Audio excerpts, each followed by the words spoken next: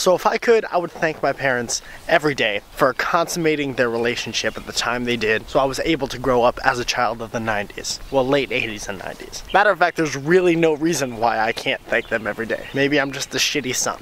Probably a shitty son. There's so many things I loved about being little. Do you remember going outside and just playing? You didn't even have to play anything specifically, but that's all you needed sometimes. And then slowly but surely little themes start getting introduced. Like, do you know what a gun looks like? Do you know how to pick up a stick? Let's play army things. Hey, how about this? How about we go over to the school and throw rocks at the wall and play Bleed Last? And that turned into Butts Up, which kind of turned into Bleed First. One of my favorite things to do in the 90s that I think is kind of lost on today is I had a tape recorder that I held up to the TV whenever MTV was playing. So you would make these little mix cassette tapes. And for those of you who don't know what cassette tape is, go to Urban Outfitters. They hold hipster t-shirts together. So yeah, you'd go and you buy a blank tape, and then whenever the Red Hot Chili Peppers had a new song out, you would run to the TV and you hold a little microphone up to the television, and the first and last 30 seconds of every video was always just like Kurt Loder or Tabitha Soren talking about some bullshit like how Belle Biv DeVoe got arrested or some shit like that. To this day, if you ask anybody who was poor and really into music in the 90s what the first and last like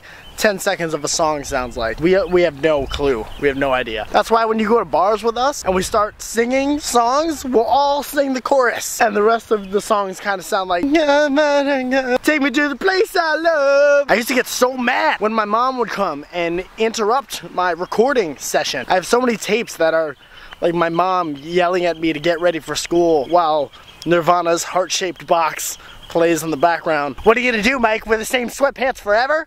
Yeah. So before Facebook, there was AOL and AIM. When I was younger, we didn't even have the internet at all. When the internet first dropped, we would all get CD-ROMs that mailed to us for free. And they all had like 50 free hours of AOL. And none of us knew what that was. So we would all rush out and buy a modem, 56K modem, which if you heard the sound it made now, you'd be like, oh, dubstep. And just hope that our computer can do whatever everybody else's computer was doing. I could play MS-DOS Jeopardy. That's pretty much where it ended. Before status updates and tweets, there were away messages on AIM. Before away messages, you would just say, Mom, I'm going outside. That's how the world knew where you were, is you would tell your mom that you were going outside for a little while. Oh, the 90s. Pogs. Before all these crazy Marvel movies and Batman movies, there were just cards. We all collected cards and read comics. The WWE was the WWF, and awesome. My dad's hero was Mickey Mantle, baseball legend. My hero was the Ultimate Warrior, okay? He had woman hair and face paint, and he punched dudes in the face. Super Soakers, Eureka's Castle, Snick. We're kids, we didn't know what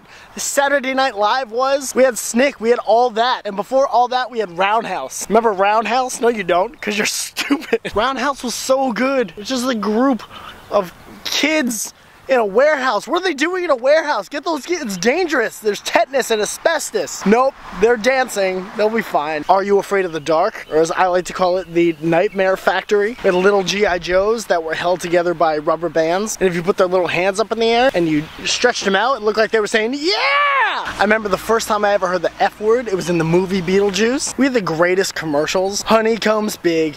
Yeah, yeah, yeah. They're not small. No, no, no. That was songwriting. That was what a songwriter did. If you weren't Steve Winwood or Richard Marx, you were writing lyrics for cereal commercials. And MTV. MTV was the most perfect thing in the world back then. Rewind to like 1993, and we had Rage Against the Machine on MTV. And you guys have Jersey Shore. You f***ing lose. Sorry. I encourage you for the rest of the day, I don't care what you're doing. I don't care if you're dying, to go just look up shows and commercials and cartoons from the 90s and just try to just sort it all out, because it's a mess and it's beautiful. I used to rollerblade around this park. Boom, 90s.